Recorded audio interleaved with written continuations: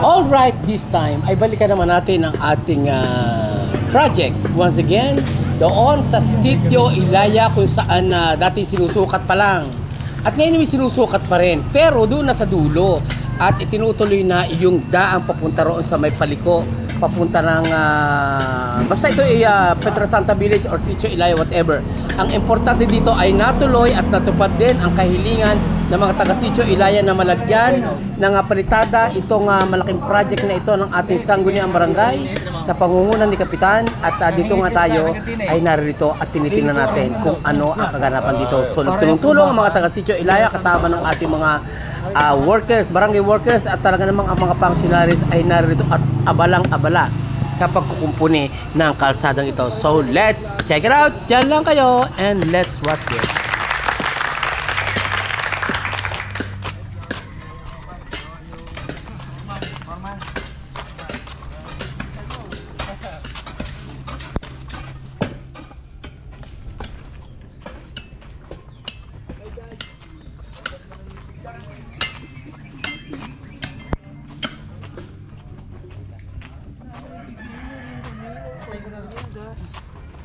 Good morning sa ating lahat. So, nandito tayo para sa continuation ng ating binadget sa barangay na road dito sa Sitio Ilaya.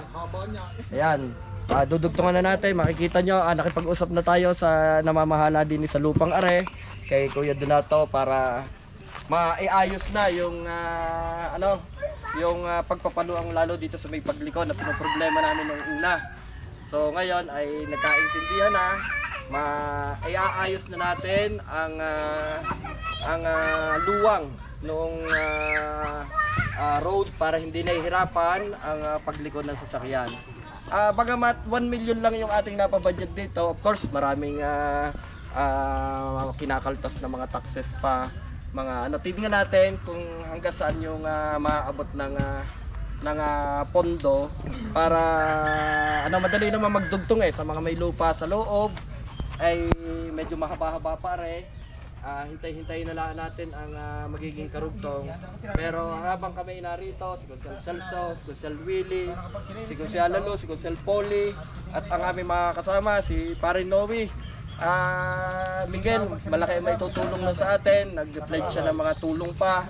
At si Tony Gonzales ay yung mga pakakailangan natin, pailaw sa mga sitio, uunti-untiin na natin para habang kami narito ay alam nyo na bumabata na. Si Gonzalo Willie ay pabata na ng pabata.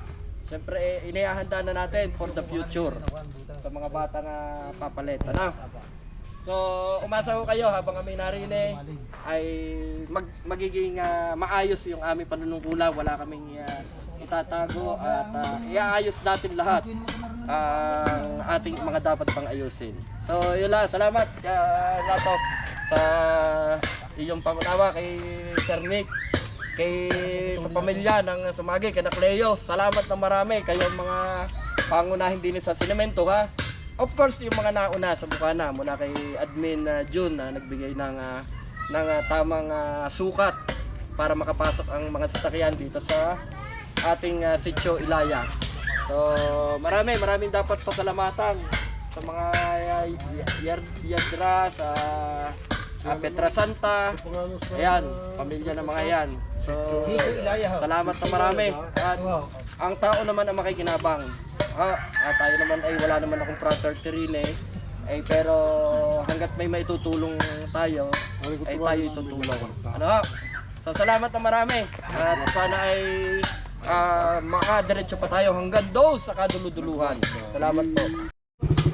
At yan na nga, pagkatapos magbigay ng konting mensahe si Kap, ay ibabaybay na natin ang palabas diyan sa Sitio Ilaya at tayo babalik na ulit sa ating barangay hall dahil nagpaperma tayo ng 2 papeles ng ating mga first time job seeker na sinamahan natin dito sa Sitio Ilaya. At timing naman na para makuha natin ng coverage itong Sitio Ilaya, and at the same time ay makita ninyo mga kabarangay kong giliw at mga kapugi ay talagang kitang-kita nyo naman na talagang napakahaba naman na Sitio Ilaya ngayon na kinukumpuni at this time And what I should say at masasabi ko nga very well done at almost done na rito sa project nito. And thank you so much for watching and see you on my next vlog again.